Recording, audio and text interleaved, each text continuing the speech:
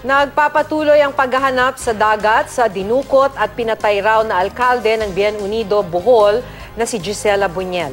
Ang asawa niyang si Bohol Provincial Board member na si Nino Ray Buniel at iba pang sinasabing kasabwat kinasuhan na. Makibalita tayo kay Chona Carrion ng GMA Cebu. Mula sa Police Regional Office 7 ibinyahe pa Bohol noong Biyernes ng hapon si board member Ray Buniel at 4 na iba pang inaresto kaugnay ng pagkawala ni Bien Unido Bohol Mayor Gisela Buniel. Tumangging magbigay ang bukal sa media para sa pagdukot umano nila sa kaibigan ng alkalde na si Angela Layson at menor de edad nitong anak. Sinampahan na sila ng mga kasong kidnapping at serious illegal detention. Para naman sa pagpatay raw sa alkalde, sasampahan ng kasong parricide ang bukal at murder naman sa isang kasabwat. Kahit hindi pa nakikita ang bangkay, kumpiyansa ang pulisya na matibay ang kaso. The corpus delicti was already established.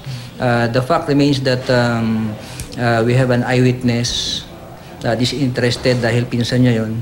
At he narrated to us and even in open media interview sa TV last night na it was the board member who shot. Tayo naman gagawin lang naman natin yung trabaho natin para sisiguraduhin natin na ma-convict itong mga suspects. Kaya nga mabilis yung ating aksyon, tuloy-tuloy at within 24 hours na-solve natin yung kaso. Ang bukal nagsampa na ng petition for the writ of habeas corpus sa Bohol Regional Trial Court sa bayan ng Talibon.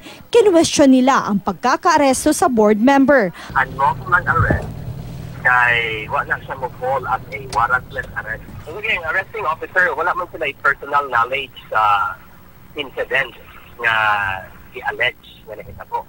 Chona Carrion, Nagbabalita, Pilipinas.